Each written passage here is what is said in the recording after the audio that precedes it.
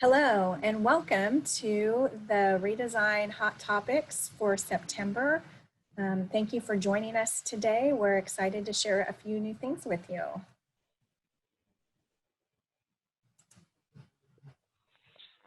Hey y'all, we're the Redesign team here with KSDE, and we'd like to share a few ideas with you that we feel are very valuable during this time in education. Redesign and navigating change are a mix of technical and adaptive challenges. Knowing when to be directive and when to share responsibility is a continuous balance. We believe there is power in collaboration and sharing ideas, which is what we teach in Redesign schools.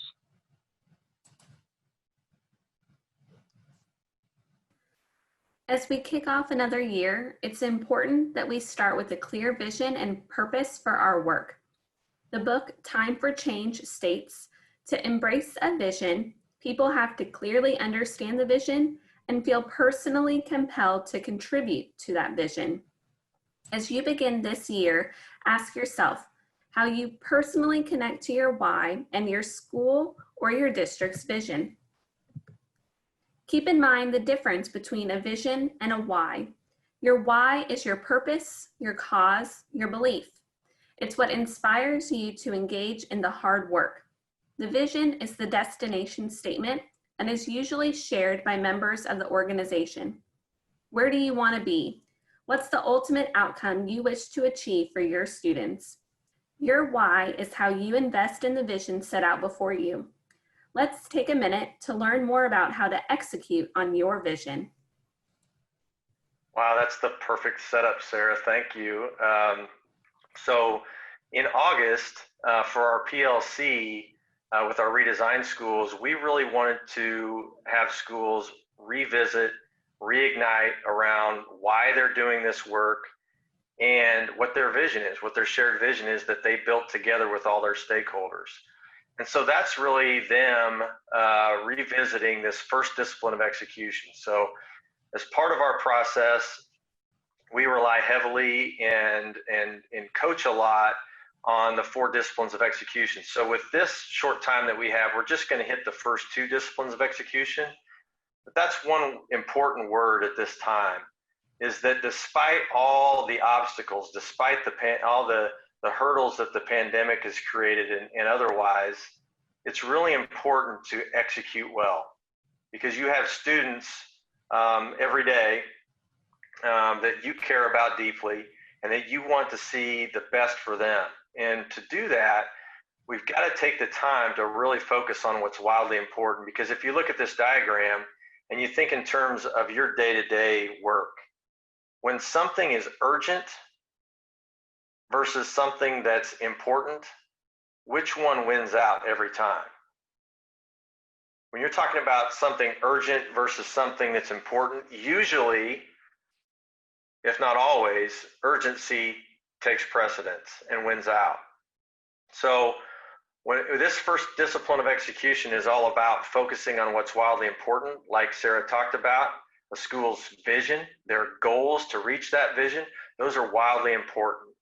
So the premise of the first discipline of execution is carve out 20% of your time to focus on what's wildly important. And then the 80% is that whirlwind. And this year, really, it's not a whirlwind, it's like an F5 hurricane.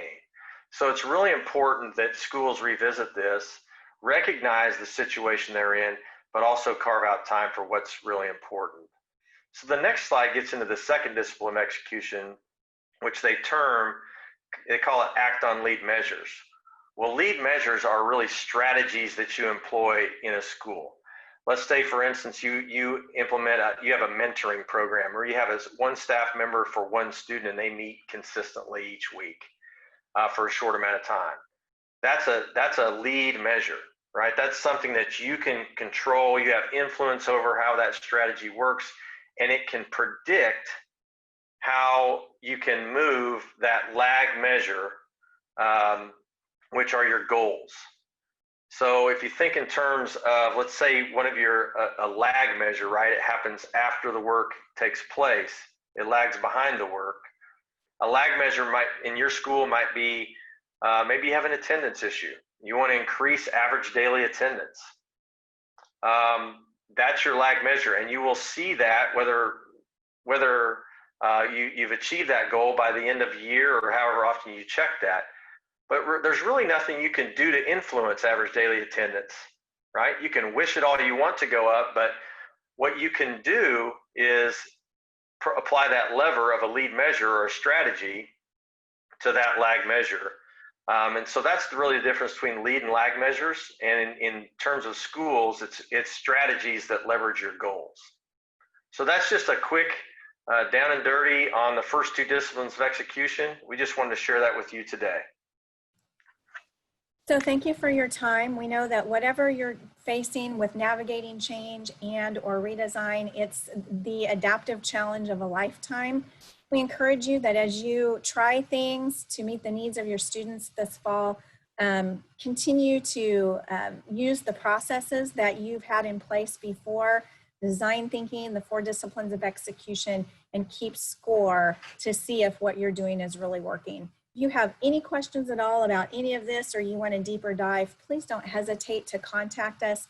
Our information is right here. We're here to serve you. Thank you so much. We'll see you next month.